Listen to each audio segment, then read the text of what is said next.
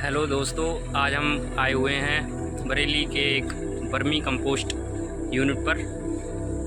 हम जानेंगे कि वर्मी कंपोस्ट से क्या क्या फ़ायदे हैं फसलों का और हम कैसे बनती है ये, जो कि परम शक्ति ऑर्गेनिक्स के नाम से संचालित हो रही है। आज इसके ऑनर विशाल कुमार जी से आज हम मिलना होगा। चलिए देखते हैं।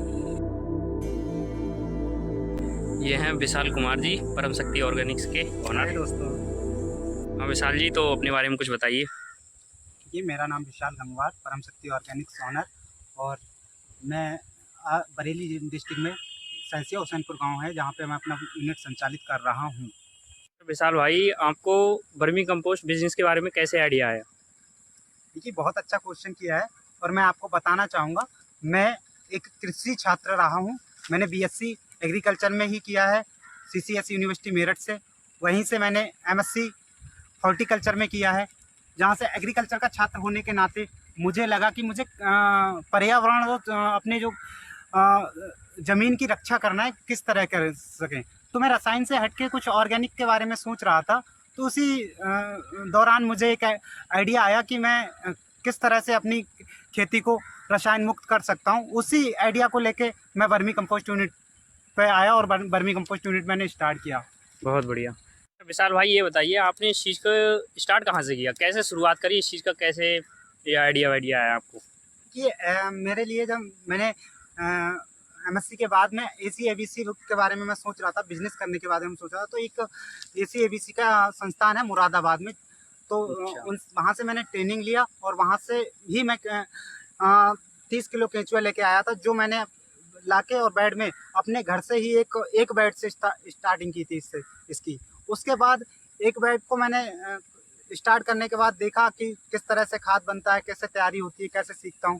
वो सारे प्रोसेस करने के बाद मैंने दोबारा 7 बेड से अपने यूनिट की शुरुआत की। अच्छा, बहुत बढ़िया। अच्छा विशाल भाई, आपको वर्मी कंपोस्ट बनाने में शुरुआती दिनों में क्या क्या दिक्कतें आई?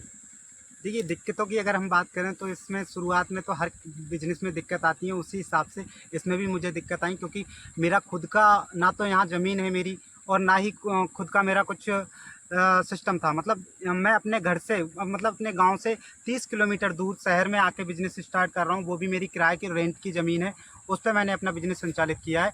और उसी बिजनेस के ज़मीन को देखने के चक्कर में मुझे लगभग दो महीने शहर के चक्कर काटने पड़े। शहर के पास की ज़मीन में चाह रहा था, पर ऐसी नहीं मिल रही थी। पर 2 महीने कठिन प्रयास के बाद मुझे शहर की ज़मीन मिली। उसके बाद मुझे जो गोबर की क्वांटिटी लानी होती है, गोबर के ठेकेदारों को ढूंढना होता है, उनको ढूंढने में और शुरुआती दिक्कतें आई थी। और उसके बाद जैसे जैसे मैं आगे बढ़ता रहा, और वो दिक्कतें मेरी कम होती चली गई। अच्छा, आप गोबर कहाँ से खरीदते हैं विशाल भाई? देखिए जी, बरेली में ही एक गौ सेवा संस्थान है, जहाँ से हमारा गोबर ठेकेदारों द्वारा आता है। अच्छा भाई, ये प्रोसेस क्या है वर्मी कंपोस्ट बनने की? ये प्रोसेस में अगर सबसे पहले बात करें तो हमें सबसे पहले जहाँ हमें वर्मी कंपोस्ट यूनिट स्टार्ट करना होता है, वहाँ की हमें भूमि की तैयारी करनी होती है। भूमि ऐसी जगह ना हो जहाँ जैसे पानी भरता हो या रुकने वाली जगह हो। हमें समतल भूमि ही का चुनाव करना चाहिए, जहाँ पर पानी का रुकाव नहीं हो, ऐसी जगह का चुनाव करना चाहिए। चुनाव के बाद तो उसमें हमें गोबर जो मंगाते हैं, गोबर को मंगाने के बाद एक जगह डंप करा के और 10 से 15 दिन के हिसाब से हमें उसमें पानी देना होता है। उसकी जो अमोनिया गैस रिलीज होती है, निकलती है, उसे हमें बिल्कुल ख़त्म कर दिया जाता है। उसको अगर जब हमारा गोबर ठंडा हो जाता है, गैस उसकी निकल जाती है, सारी गैसें निकल जाने के बाद हम इस तरह से उसका बेड तैयार कर लेते हैं। और उस बेड पे ही अपने जो अर्थवर्म्स होते हैं, अर्थवर्म्स को इस पर छोड़ दिया जाता है।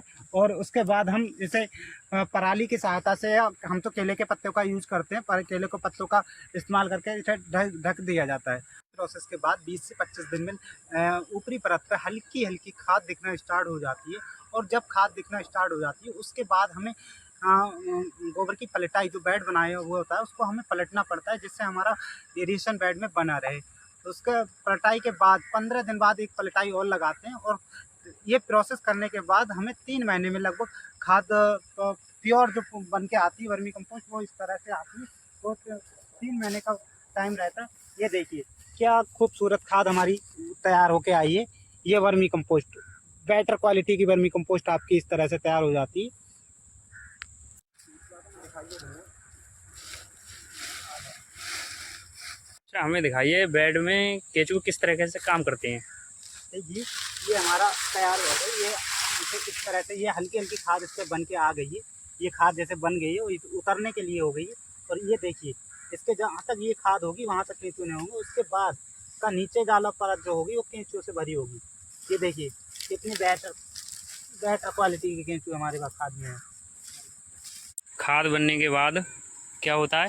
खाद बनने के बाद जिस तरह से ये खाद तैयार है, उसके बाद हमें ये कुरेदे की सहायता से ये हल्का मुलायम करना पड़ता है, जिससे जो केंचुए खाद में होते हैं वो नीचे की तरफ मूव कर जाते हैं और केंचुए नीचे चले जाते हैं। उसके बाद हम इस खाद को आधा घंटा धूप दिखाने के बाद बेड पे ही इकट्ठा कर लेते हैं। हम खाद को बेड से इस तरह से हल्के हल्के इकट्ठा कर लेते हैं और ये ढेरियाँ बना लेते हैं।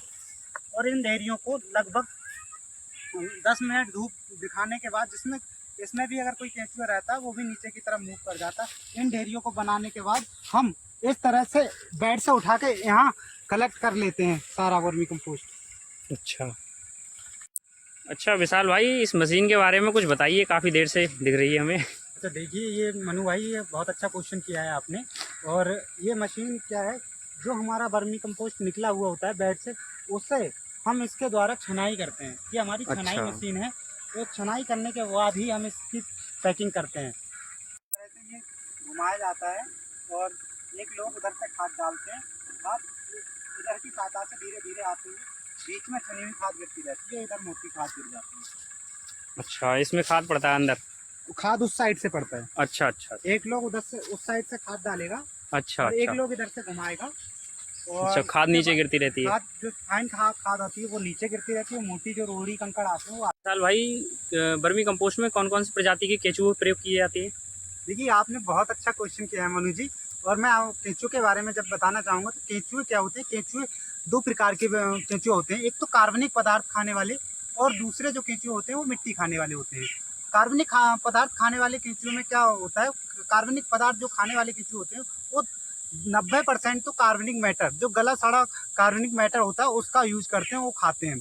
और जो मिट्टी खाने वाले केंचुए होते हैं वो 10% कार्बनिक पदार्थ व 90% मिट्टी का यूज करते हैं। मिट्टी खाने वाले केंचुए खेत की जुताई में बहुत अच्छा काम करते हैं, खेत की जुताई करने का काम करते हैं। पर जो कार्बनिक पदार्थ खाने वाले केंचुए होते हैं वो खाद बनाने के काम में यूज किए जाते हैं। और ये जो केंचुए होते हैं उसके में आइसिनिया फटीडा और यूड्रेलिस वैरायटी प्रमुख हैं। वर्मी कंपोस्ट में कौन कौन से पोषक तत्व होते हैं? देखिए मनोज जी, आपने ये बहुत अच्छा क्वेश्चन किया है कि वर्मी कंपोस्ट में कौन कौन से पोषक तत्व होते हैं। मैं आपको बता दूं, जो पौधे के लिए लगभग 17 पोषक तत्व की आवश्यकता होती है, वो सभी पोषक तत्व वर्मी कंपोस्ट में मौजूद रहते हैं।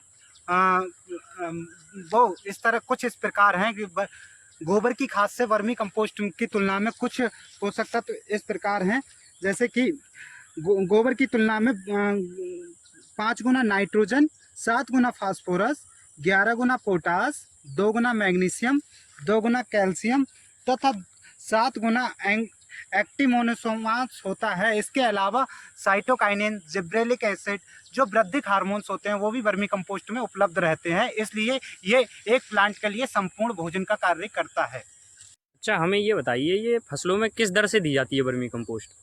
देखिए, वर्मी कंपोस्ट का जो देने का वो 6 से 8 कुंटल प्रति एकड़ की दर से हम वर्मी कंपोस्ट को यूज कर सकते हैं। वो अलग अलग फसलों में अलग अलग डोज रहती है। जैसे अगर हम लंबे समय की फसल की बात करेंगे तो उसमें 10 कुंटल, और जो छोटे समय की बात करेंगे तो 6 से 8 कुंटल की डोज हम दे सकते हैं। अगर पौधों की बात करेंगे तो 1 साल के पौधे में हम 1 किलो वर्मी कंपोस्ट का इस्तेमाल कर सकते हैं।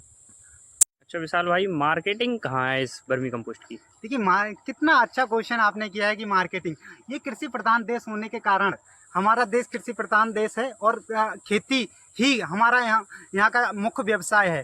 तो जहाँ खेती की बात की जाए, ये हमारा खेती का ही भोजन है, तो इसकी मार्केट के तो हम टेंशन लेते ही नहीं है। बिना टेंशन के मार्केट होती रहती है। मैं इसकी मार्केट की बात करूँ तो सबसे पहले तो हमारे जो ऑर्गेनिक बड़े किसान हैं, बड़े फार्मर, ऑर्गेनिक जो फार्मर्स हैं वो इसकी अप्रोच करते हैं, वो लेते हैं। और ग्रीन हाउस वाले जो फार्मर होते हैं वो लेते हैं। फिर उसके बाद छोटी नर्सरियाँ हो गई, कॉलेजेस हो गए, हमारे जो सिटी में रहने वाले कॉलोनी के लोग हो गए, वो इसके लिए बहुत अच्छी मात्रा में लेते हैं। फिर भी बताइए कि मार्केटिंग में मेन दिक्कत क्या आती है इसमें? देखिए बिजनेस क्या है, बिजनेस में सबसे पहले बड़ी चीज़ आती है कि मार्केटिंग ही सबसे बड़ी चीज़ है। जिसने मार्केटिंग के गुर सीख लिए, मार्केटिंग जान लिया, उसने हर कोई बिजनेस कर लिया। उसी तरह से इसमें भी दिक्कतें आती हैं कि ऑर्गेनिक का में अभी किसान थोड़ा रासायनिक युग चल रहा है, तो रासायनिक की तरफ ज़्यादा मूव हुँ, कर रहे हैं। पर हमें धीरे धीरे अगर हम किसानों को इसके बारे में अवेयरनेस फैलाते हैं तो किसान इसे अप्रोच करने बात कर पाते हैं। पर सबसे बड़ी इस काम के लिए जो मैं चुनौती बताऊंगा, जो सबसे ज़्यादा चुनौती है, वो एक नए युवा जो इस वीडियो को देखने के बाद इस बिज़नेस में आना चाहेंगे, उन्हें मैं एक सलाह देना चाहूँगा कि अगर इस बिज़नेस में आएँ तो 7 से 8 महीने का पेशेंस अगर आप रख सकते हो, अगर आप 7 से 8 महीना बिना कुछ लिए काम कर सकते हो, हुँ। बिना लालच के काम कर सकते हो, तो ये बिज़नेस में आइए। इस बिज़नेस में अगर इतना पेशेंस रखते हो तो इस बिज़नेस से अच्छा बिज़नेस मैं एग्रीकल्चर में कोई नहीं मानता हूँ। बहुत बढ़िया। भाई इसे जैसे कोई युवा स्टार्ट कर रहा है तो हमें रॉ मटेरियल मिलने में दिक्कतें कहाँ-कहाँ आती हैं? देखिए मैं आपको बताना चाहूँगा, हमें इसके रॉ मटेरियल के लिए गोबर की आवश्यकता होती है। हमें सबसे पहले सुनिश्चित कर लेना चाहिए कि हमारे लिए गोबर की अवेलेबिलिटी है या नहीं है। इसी कारण की वजह से मैं गाँव से शहर आया हूँ, क्योंकि शहर में डेयरियों की भरमार है और मुझे तो गोबर की कोई किल्लत नहीं होती है। मुझे एक फ़ोन अपने ठेकेदार के लिए करना होता है, वो मेरे लिए गोबर पहुँचा देता है। पर हर किसान के लिए ऐसा नहीं है। वो सबसे पहले अपने यहाँ गोबर की अवेलेबिलिटी देखे, अगर गोबर की अवेलेबिलिटी अच्छी है, तभी इस काम में आगे आए।